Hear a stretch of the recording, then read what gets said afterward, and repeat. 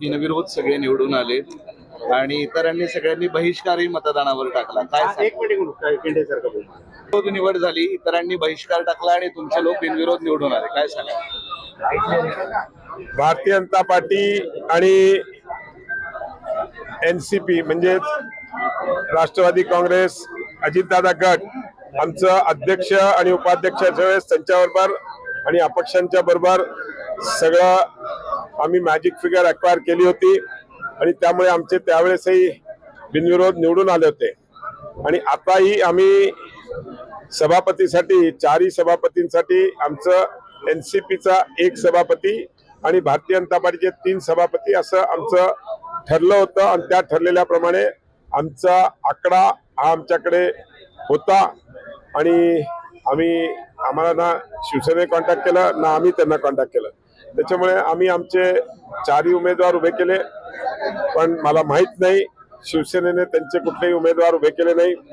उभाटाने तर मतदान करायचं नाही म्हणून बहिष्कार टाकला होता आणि त्याच्यामुळे आमचे आजही जसं अध्यक्ष उपाध्यक्षाच्या वेळेस आमचे बिनविरोध झाले होते त्याच पद्धतीने आजचे 4ही सभापती आमचे बिनविरोध निवडून आलेत। आम्ही सर्व जनतेचे खूप खूप आभारी आहोत की आपण जो विश्वास आज माननीय देवेंद्रजी फडणवीस साहेब राज्याच्या मुख्यमंत्र्यांवर दाखवला आणि त्यामुळे ज्या पद्धतीने आम्हाला भरघोस मताने आणि पूर्ण एक हाती सत्ता दिली त्याबद्दल आम्ही सर्व जनतेचे आभारी आहोत। शिवसेनेचं असं म्हणणं आहे की आजही आम्ही युती धर्म पाळला, तुमच्या विरोधात उमेदवार उभे केले नाही। मला खूप सेम रिपीटेड भाष्य करायचं नाही, असं नाही आहे।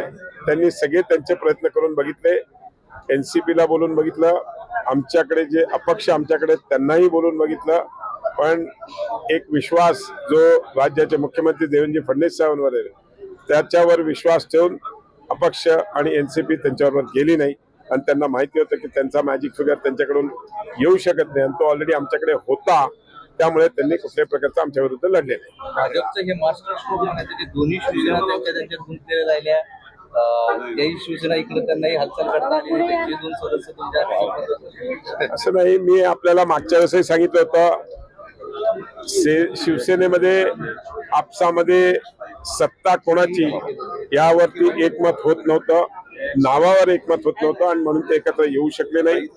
त्याच पद्धतीने उभाटामध्ये पण त्यांची संख्या पण कमी असल्यामुळे त्यांचा काही अध्यक्ष किंवा सभापती होणार नव्हता म्हणून त्यांनी याच्यातून बायकॉट केलं। उद्धव ठाकरे गटाच्या एका सदस्याचं म्हणणं आहे की आमचंही भाजपसोबत बोलणं सुरू होतं, अंबादास दानवे आणि आमची त्यांच्यासोबत बैठकही झाली होती, फक्त नंतर भाजपने आमचे सदस्य पळवले म्हणून ते वर्कआउट झालं नाही। आम्ही पळवायची गरज नव्हती, आमच्याकडे आमचा मॅजिक आकडा होता, आम्हाला कुठल्याही पक्षाचे सदस्य पळवायची काही गरज नव्हती।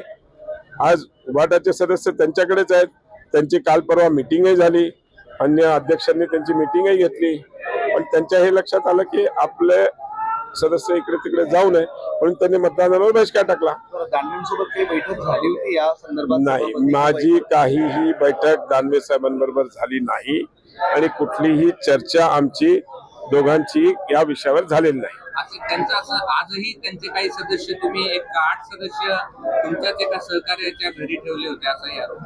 नाही, असं नाहीये, होते ते संभाजीनगरमध्ये वेगळ्या ठिकाणी होते। आम्ही सकाळ त्यांच्याशी बोलत होतो, त्यांची स्ट्रॅटेजी काय विचारत होतो, पण ते वेगळ्या ठिकाणी वेगळ्या जणांकडे नाही, आमच्या ताब्यात असं म्हणता येणार नाही। आता कोणी कोणाच्या कुठे थांबलं तर आता अमरप्रीत मध्ये कोणी थांबलं तर आमचं अमरप्रीत काय माझं हॉटेल नाही, किंवा ट्रीट हॉटेलमध्ये कोणी थांबलं तर ते काय ट्रीट हॉटेल माझं नाही। पुढच्या वेळेस माझं स्वतःचं हॉटेल एखादं बनवेल मग। चला सगळ्या